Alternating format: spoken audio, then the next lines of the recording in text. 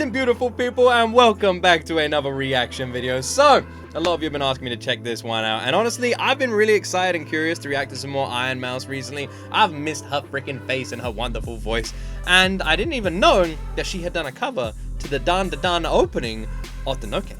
And this, well, is a pretty freaking amazing song. And Ironmouse's voice, I don't really understand how it's gonna work on a song like this, so you know what? I'm a little bit excited to find out. Press that like button, press that subscribe button. Daily reactions like this are now coming out here on G.O.T Extra, so if you want to encourage more reactions like this, all you need to do, press subscribe. Let's see if we can get to 50,000 subscribers. I'm gonna stop talking, put your recommendations in the comment section, and let's jump into my first time ever reaction to the Dan Da Dan opening cover, Otonoke, performed by Ironmouse.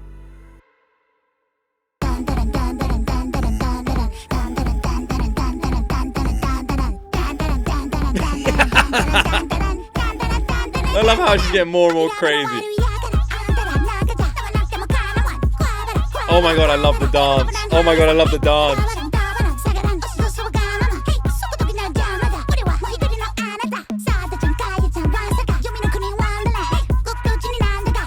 This is actually amazing, by the way. First, love the dance. Love the mousy dance. It's freaking amazing. Really like her tone, and I loved how she was like getting more and more like crazy as the beginning opened there. I love how it just sounds like Ironmouse.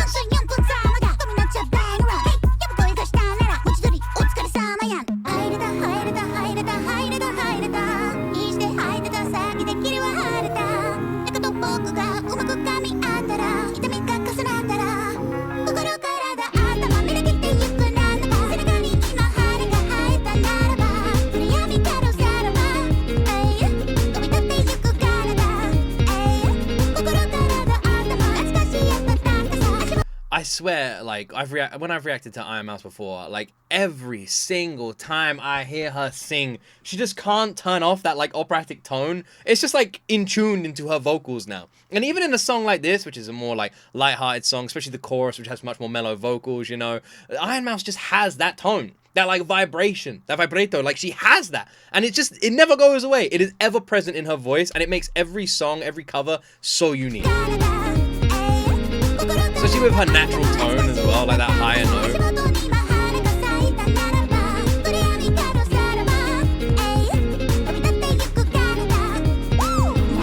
Oh, that squeak!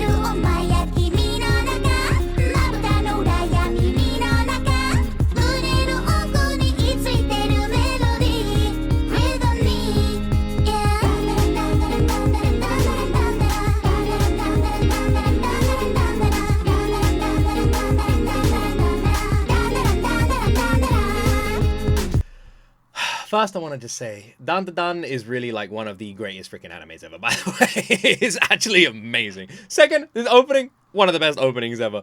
Third, Ironmouse has nailed this. She's made it very much her. You know, it's a very mousy cover, which I was curious to see if she was going to take the approach, because with a cover, you either make it yourself, or like you make it your own style on an interpretation of a song, or you can lean in heavily to the original and you try and adapt the original sort of sound and style, you know, replicate it in a way. And Ironmouse hasn't done that at all. She has gone in this with her own vocals, her own style, and made a mousy version of Otonoke, which I love.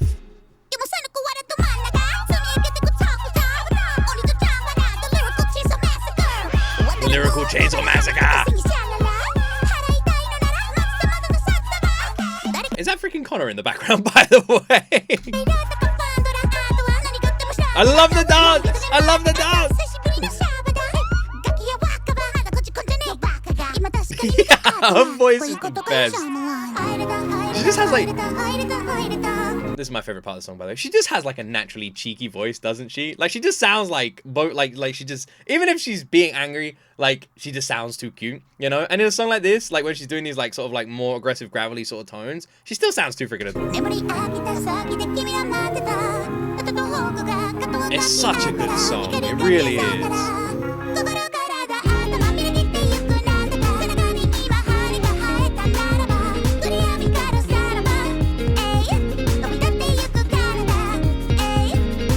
Hey.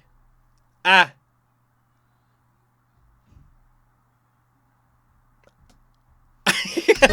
If you get that, you get that.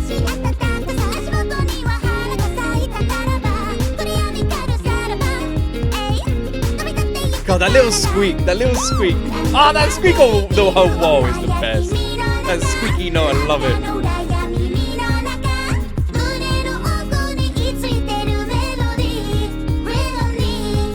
I love how she just has like a natural quiver to her voice and then ends it on like a high note squeak. She's freaking amazing, amazing and adorable. She literally is an Ironmouse. She has like these higher note natural squeaky tones to her voice, but the lungs of a freaking iron submarine. I don't know.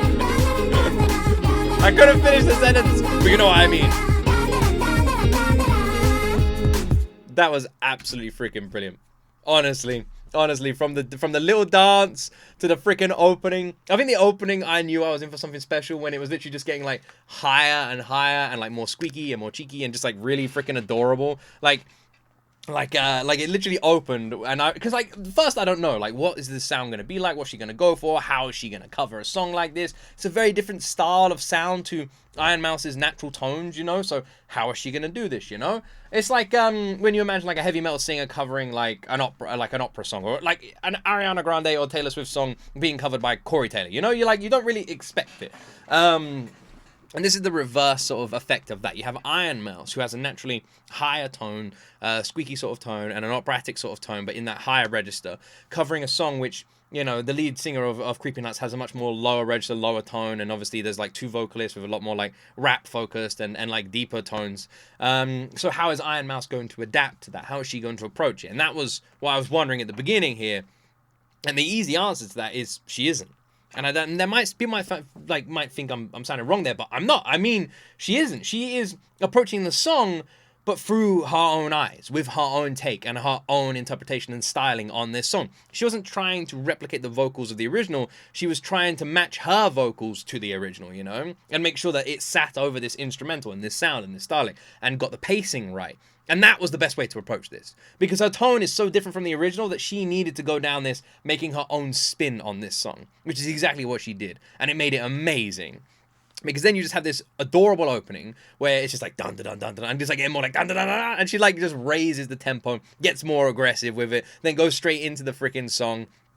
And has like sort of an aggressive tone to her, you know, and a more like silly kind of tone as well. Despite the fact that at the end of every single one of these silly sentences, she's putting on a freaking vibrato, you know, she's like doing vocal squeaks. It's insane. And then you go into that chorus, and that is where she shines, you know. And the song mellows out, and she just comes in with those beautiful freaking vocals, and she just nails it. And you have this brilliant freaking animation art style in the background of the dance of our adorable Mousy just doing that dance. You have this wonderful freaking like a wonderfully sung chorus, you know, and I love how at the end of every single verse you can hear her voice raise, ends on a squeak, but it's still vibrating. It's like, how do you even do that? And the thing is, she does it naturally. It's almost just like her talking. At this point, her vocals are so damn flawless. It is just natural to her.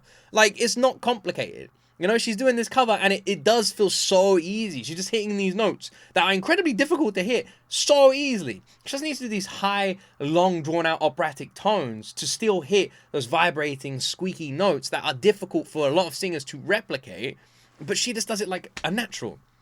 And doing it on a song like this, with an incredibly fast pacing, where you have to have a much stricter control of your breathing, you know? You have to be really careful, because in a lot of faster pacing songs, like rap songs, for example, you can accidentally exhale too much, and then you have to take a breath or skip a couple of words to recompose yourself to then continue the song. So it is like vocal pacing is very complicated when you're doing this, but it's even more complicated if you are a vocalist, a singer, doing a song with like a rapper's pacing, because then you need to take all those tones that draw out a lot more energy and a lot more air from your lungs than you would if you were a rapper. You know what I mean? For example, I'm just talking to you guys right now regularly, but if I were to start singing, I would be using a lot more of my lung capacity to say the same words I'm just speaking. And that's the same with this. When a rapper approaches this, they're pretty much just talking. Rap isn't like putting too much emphasis on your voice. You're just talking. When a singer approaches a song like this, every single word is going to be like saying free. You know what I mean? So that like technique is also very difficult. I hope that made sense. And she just breezes through it. Literally. It's just so easy to her. Honestly, this was a lot of fun. This was a lot of fun. I've missed Ironmouse. I've really enjoyed checking her out again recently. And I just love this. She is just the best, isn't she? Most adorable, freaking sweet human being on this planet. Well, human being, I don't know. But she is one of the most adorable, freaking sweet beings on this planet. She is wonderful. And this was a fantastic cover from her. Anyway, let me know what else you want me to react to. Put your recommendations down below. Don't forget to like and subscribe. And I hope you had the best freaking Christmas ever. Or if this comes out before Christmas, I hope you have the best Christmas. Or if it comes out on Christmas, Merry Christmas. I don't know when this is coming out yet. Anyway, I love you wonderful people. Have an awesome freaking day. Happy New Year. Don't forget to like and subscribe. And as always, my friends, you will see me in the next video.